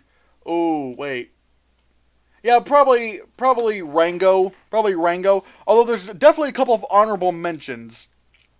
Lemony Snicket's A Series of Unfortunate Events I thought was great. And the Nickelodeon remake of Charlotte's Web I thought was great as well. Like the ending is just as tear worthy is just as crying worthy as the original. Oh my god. Ooh, yeah. Hold on, let me get that real quick. But which movies do you think have the best action sequences? Ooh! Well, I guess it kind of depends on the kind of action. I guess it kind of depends on the what kind of action you're talking about. In terms of like car chase sequences and whatnot, I'd probably say Mad Max Fury Road. In terms of hand to hand fight choreography, I'd probably say The Raid 2. If you want to talk about like maybe like all kinds of action all together as like one piece, like how like as much action like the movie that has so many different kinds of action and just kind of crams all into one movie, I'd probably say maybe Captain America Civil War. Captain America Civil War has everything. It has it has car chases, it has hand to hand fight sequences, it has what was it? It has gun shootouts, it has parkour, it has CGI fight sequences. It has CGI blending with, live with practical fights and whatnot. Captain America: Civil War has everything. So, in my opinion, maybe the three best examples of action in film are The Raid 2, Mad Max Fury Road, and Captain America: Civil War in no particular order.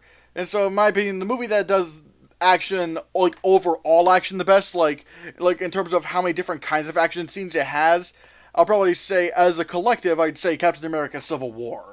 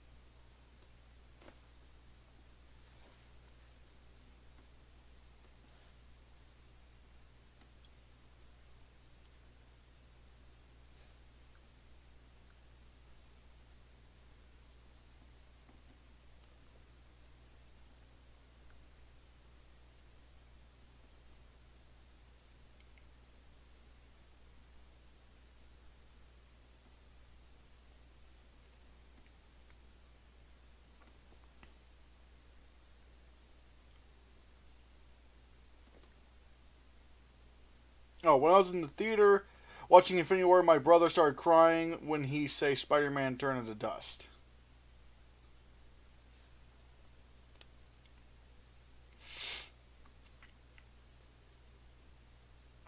Maybe when he saw Spider-Man turn into...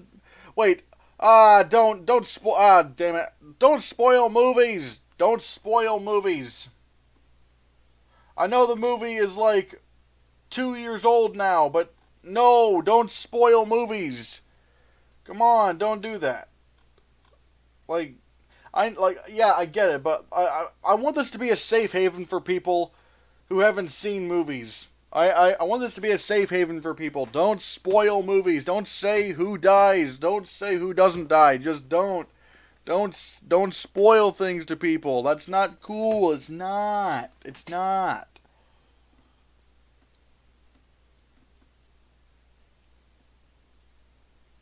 Use the brain noodle. The brain noodle is what you got.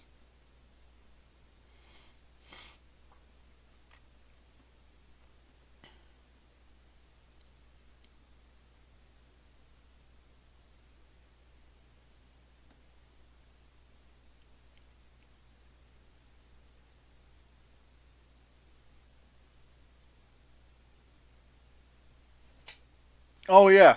Also, I just realized something. When you look through HBO Max, I'll probably pull up the app right here. When you look through the Studio Ghibli thing on HBO Max, uh, you notice something?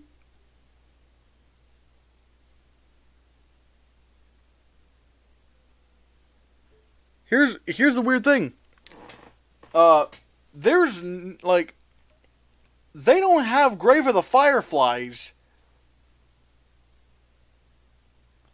Like, there's no like how do you like Studio Ghibli, like that's the studio that made Grave of the Fireflies, and yet they didn't make that, or like they don't have, like HBO Max doesn't even have Grave of the Fireflies. Again, stupid. Spoiler for all movies: something happens. No, no. That, I mean, yeah, that is pretty funny. Like, something always happens.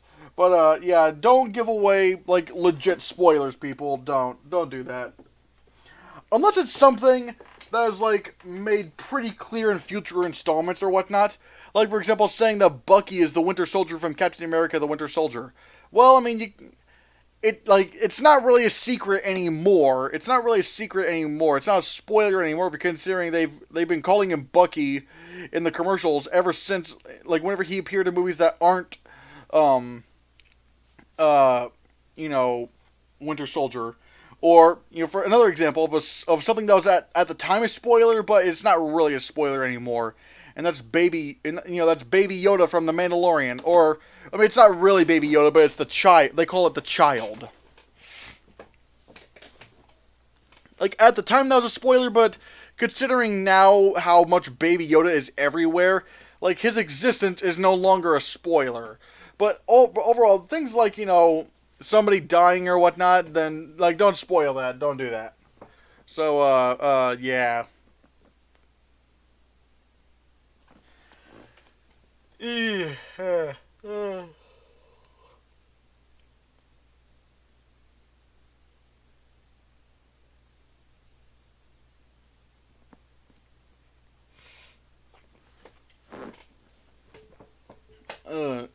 Anybody got anything else before I sign off? Again, buy the merch. Buy the merch. I need you to buy my merch, people. I have some cheap items. I have some cheap items.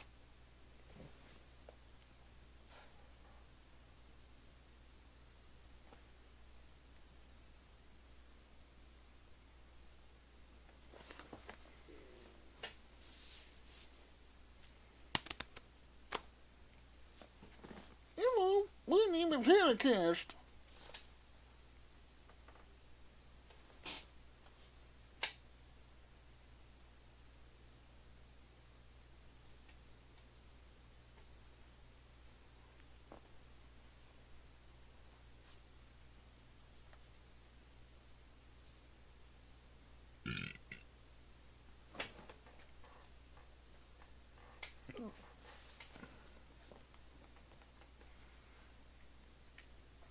Ugh.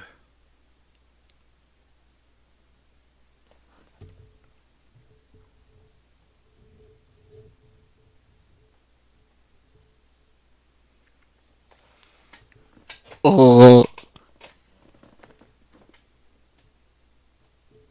That's all you got? That's all you got, Alexi Zavala? Alright. What about you, Nick SpongeBob Personal? Is that, like, are you tapped out for today?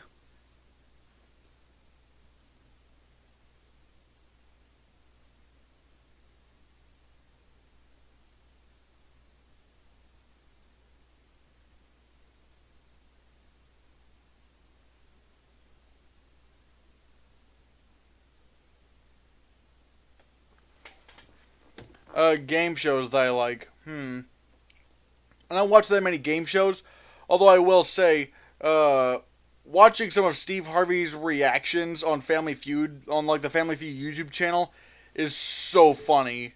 Like his reactions, like whether he like trying to be, whether he's trying to be like a smartass or if he's like legit shocked by something. It's like he always knows how to play something up. It's like it's always really funny, but I don't regularly watch game shows. No, I don't.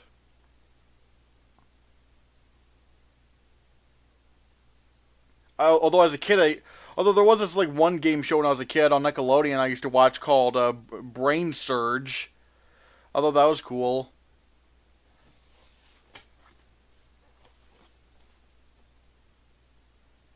Hosted by Jeff Sutphin. And then he also hosted another Nickelodeon game show called Figure It Out, which had like Nickelodeon stars and whatnot. They even had Drake Bell. It was cool. You kids probably don't remember those shows. They were before your day. I'm an old geezer, man. I am an old geezer, man, trying to. Back in my day, Nickelodeon used to make some quality content. Ah, fuck me, man. Ah, damn. Well, you know what? I think this is as good of a time to end the Hannahcast as any other time. So yeah, guys. What are your, like, yeah. Yeah. Yeah. Don't forget to, like, subscribe, and hit that bell icon for notifications and whatnot. Please let us get to 1,000 subs. God damn, this is a weird picture. Also, we want to try to get to 1,000 subs so that we can, accept super chats and whatnot. Since we can't do super chats right now, check out streamelements.com/christmasreviews/tip, which is pretty much the equivalent of a super chat, except I get more money out of it. Also, check out the Patreon account. Patreon, we have patreon.com/ChristianTylerHannah, where we have, for $5 a month, you can get your name in the beginning of my videos, or just in general, my videos or whatnot. For $5 a month, you can get the Hannahcast audio-only version, the Hannahcast After Show, and any other kind of special perks we might have. We're probably going to start doing some audio commentaries on movies. Once the lockdowns are over and whatnot. So, also check me out at letterboxd.com/ChristianHannah, where you can, where you can,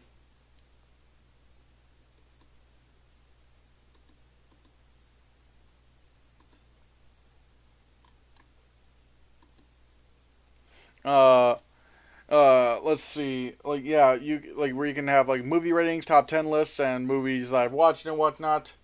And, also, before I go, I guess Alexi Zavala has one more, question, and it's, what's the corniest fucking line you heard in a movie? Well, in terms of corniest lines, I'll probably say, hey, you want some popcorn? Anyway, guys, that's it for the Hannahcast, everybody. And to close off this Hannahcast, bye. Good news, guys! We have merch now! Go to teespring.com/stores/Christmas Reviews to get your nasty little hands on all sorts of items, including my face on a t-shirt, my face on a hoodie, my face on a pillow, my face on a tote bag, my face on a mug, my face on a wall tapestry, my face on a blanket, my face on phone cases, my face on stickers, and many more! Or how about the Hannahcast logo on those items as stated above? Wow! And best of all, they come in so many different colors, including this! What is this color? What is it? I wanna know. But wait, there's more! Act now, you can also get my exclusive Make America Cringe Again merch. Surely not a parody of the political climate we have today. Again, that's teespring.com/stores/Christmas Reviews. Order now!